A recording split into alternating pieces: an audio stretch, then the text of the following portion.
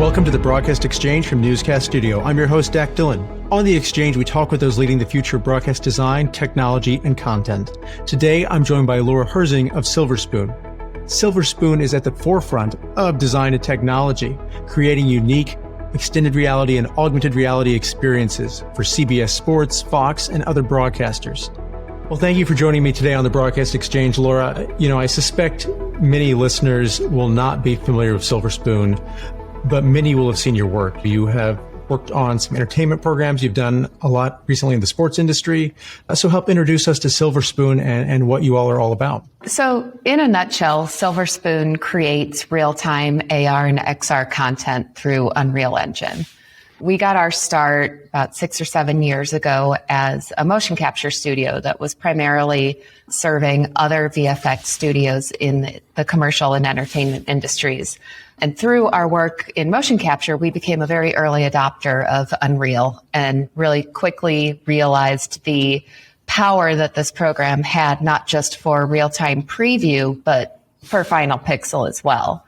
So in those last few years, we've really been investing heavily in our real-time pipeline to build a pipeline for using Unreal and using real-time graphics in the final execution. So at this point now, we've really expanded our services to offer everything from creative content development, integration, and operation for real-time AR and virtual production across a very broad range of industries, including broadcast.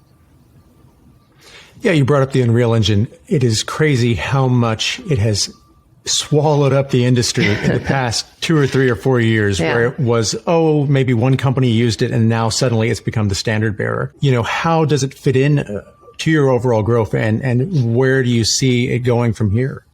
Unreal Engine has been integral to the growth of our company. It's really something that we saw so much potential in when we started using it for that limited use. We were really using it for real-time preview during motion capture. But as the program has become so much more advanced and offered easier integration of everything from, realistic looking humans to visual effects and motion graphics and really expanded the capabilities that the program can offer, I think we've really expanded the capabilities of the work that we're doing right along with it. So I think the growth pattern of the Unreal Engine and Silver Spoon have been very parallel path. Are you already taking advantage of metahumans? We have dabbled, yes. Yeah, I think real-time, realistic digital doubles is something that there's just so much interest in, and being able to utilize a tool like metahumans to create generic digital doubles and more specifically like real-time humans that look like a specific person. That's something that we've just seen so much interest in. And yeah, we're actively R&Ding. Yeah, I mean, Keanu Reeves talking about with the Matrix and some of these new advances, it's crazy that in the future, is the anchor you're watching on the nightly news real, or are they synthetic, or will we ever even know? In terms of the pipeline, do you see anybody catching Unreal, or have they just kind of run away with the game? For our uses, I think Unreal is really the only option. I know that Unity is well utilized in some similar industries, but not specifically what we're doing. I think that a lot more have a foothold in virtual reality. But I think for real-time broadcast AR, for virtual production, we're really seeing that Unreal is the clear leader. So one of the interesting things that I've thought about with Silver Spoon is, you start on the visual effects side, and then now you've kind of went into these other parts of broadcast, and it's creating this unique synergy that not a lot of other firms have, where, maybe they're doing broadcast design work or they're doing virtual work, but you're really bringing a lot of different disciplines in terms of design together in a package. How do you think that the industry is changing in terms of its thinking around these different disciplines and the way that they interact? I think it's becoming so much more widely accepted to utilize real-time production tools and virtual production tools. I think before the pandemic, honestly, it was really something that I think that these tools were relegated to big budget films and big name producers and production broadcasters. And now it's something that I think the pandemic kind of forced the hand on a lot of producers and broadcasters to try something different and to be open to different ways of creating their content, and has made Unreal more accessible and more widely accepted. So I think if you think about traditional motion design that was really limited to like a 2D graphic on screen. Now those graphics can be fully 3D. They can be AR and really feel like they're living in the real world rather than just being applied on top of the screen. If you think about visual effects that, traditionally you'd shoot on green screen and then you'd be doing very heavy compositing and putting all of your visual effects and environments in post, using a virtual production pipeline, you can get so much more of that in camera. So just having so much more of these tools readily available, not just for the highest end productions, but for more broadcasters, even commercial production, we're seeing huge interest in it. Things where we're, maybe even just doing a 1 or 2 day shoot that can still utilize a lot of these technologies. Has it taken a lot to convince your clients that it's okay to do these in camera and not necessarily have to rely as much on the post-production? I think, with any new technology, I think there's a bit of a learning curve and a time of uncertainty before it's fully adopted, whether that's for the client or for the people on set, the DPs who may be unsure of using this workflow or uncertain of how exactly it can benefit them. But we found that the more that we're able to just show it and go through the process and have everybody kind of see how it works, then the acceptance and the adoption of it kind of comes naturally out of that. I think it's just kind of getting over that initial hurdle of this is different, we're not sure how it's going to work, and finding the right clients who are willing to just say, let's go for it, and be an early adopter and try something that maybe they're not 100% familiar with. Those are the types of projects that I think help push that acceptance for other brands and other broadcasters who maybe need to see that, okay, this has been done. Let's try it on our stuff now. Yeah, you mentioned early adopters. So last year at the Super Bowl, you all obviously helped CBS Sports do some motion capture, and that's something that's not really been done at that level in terms of national sports. It's usually reserved for movies or something where it's very specific, very calculated. And then in this case, you're merging those different disciplines together. Yeah, Super Bowl last year was an awesome project. I mean, we got to really elevate the visual design using AR graphics and real-time particle simulation and camera fly-throughs and things that just hadn't been done before. And CBS has really been an awesome partner in working with us to do AR graphics, not only in their live broadcasts in the venue, but also bringing AR into their studio shows as well. Virtual sets are very commonplace now in sports broadcasting. But last year we had the opportunity to work with CBS again on March Madness and actually bring these little real-time animated AR characters into the studio to just kind of add another dimension to their studio broadcast for March Madness. And yeah, those types of projects, when you find the right clients and the right broadcasters who are willing to push the envelope and try something new, it can be really great. And it can really add to the viewing experience. I think our goal always with AR is to enhance and not to take away from the original intent of the viewing experience or the game that you're watching. Now, with many of these technologies, sports productions have usually led the way and brought them to the forefront first and foremost before they then filter their way down to news or some other types of broadcasting. Yeah, I think sports are well funded. Sports are fast paced. A broadcast has a relatively short lifespan. So I think that sports broadcasts have always been tech forward and are more inclined to be early adopters and try something new. And I think that because of the nature of their broadcasts, I think they feel a little bit more empowered to try these things that other broadcasters or other platforms might see as risky. I think a great example of that is what we did during the pandemic with Fox Sports for their AR crowds. I mean, that was a completely unprecedented use of AR technology, real-time camera tracking in live broadcast sports to meet like such a specific need that nobody could have ever seen coming. But when it was here and we had that opportunity in front of us and really that challenge in front of us, Fox was the network that stepped up and said, yeah, let's try this. Let's see how it works. And that's led to innovation in a lot of other areas of AR broadcasting and sports broadcasting. I think that really just kind of broke the ice on the possibilities for a lot of different areas. So what does something like the virtual fans, where does that lead us to? I mean, I think the possibilities are endless.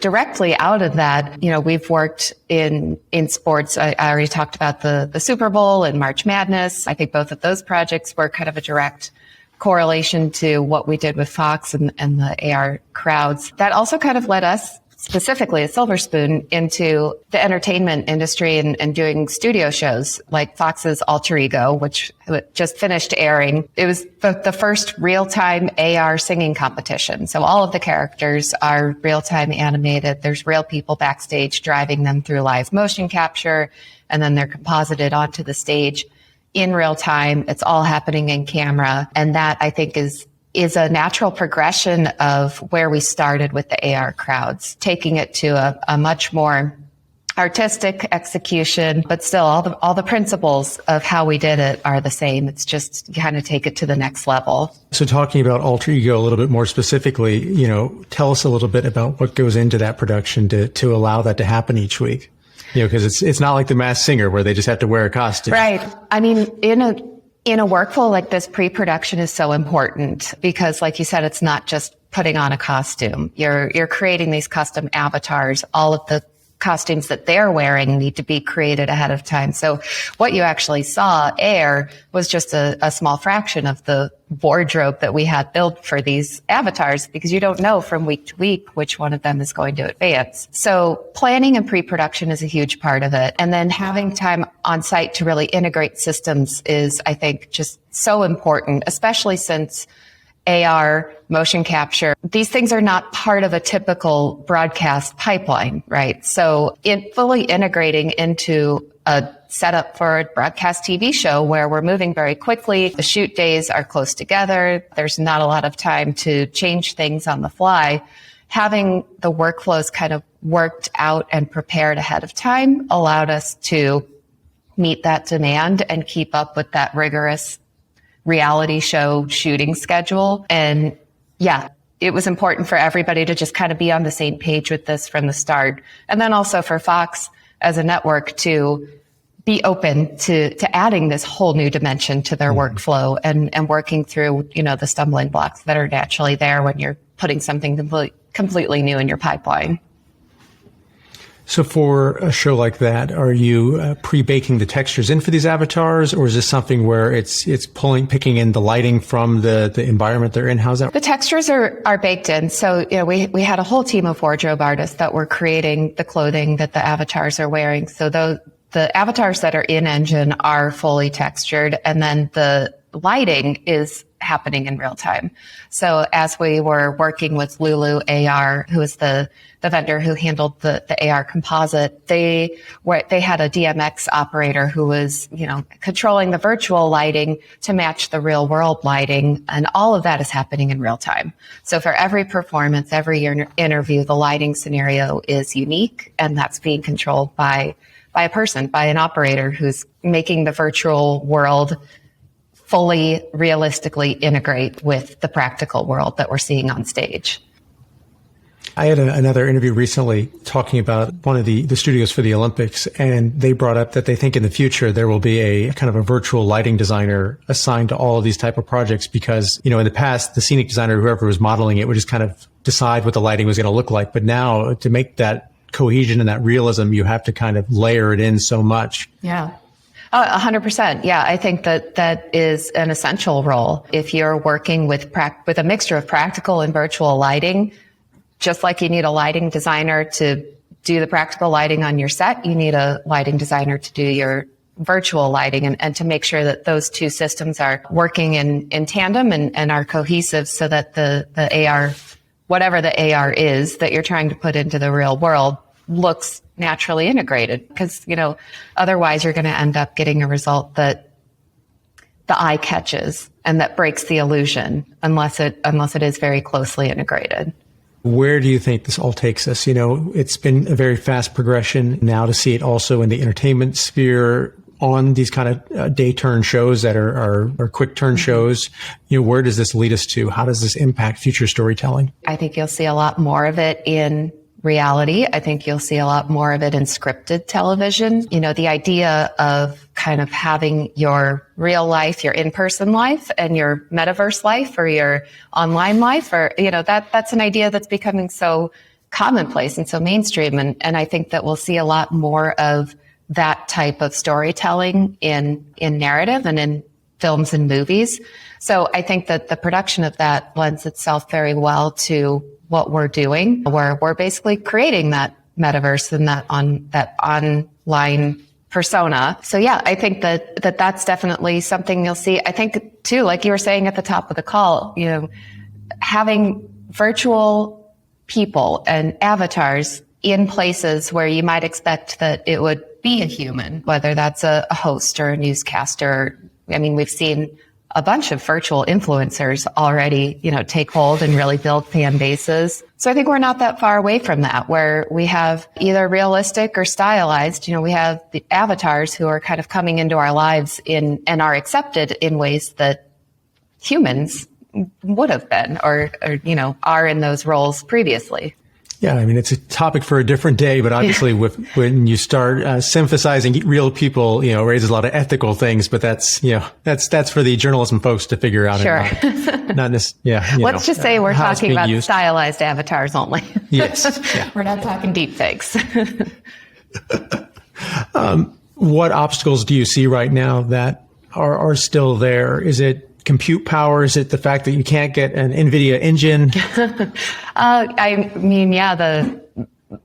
Very tactically, supply chain issues are a challenge. It's difficult to get some of the hardware that we need or that anybody would need to do this. But no, I think, those are solvable problems. And I think that those are things that will resolve themselves. I think the biggest stumbling block that I would see is just acceptance. And I think that those walls are starting to come down. I think the more successful uses of real-time technology that you see that become more prominent, I think it's just going to be a cascade of interest, not just in broadcast, but I think, there's so many different industries, stage and theater, experiential installations, museums, music videos. I think there's just so many different ways that this technology is used and can continue to be used, that once that challenge of acceptance is overcome, it'll just be, the floodgates will open.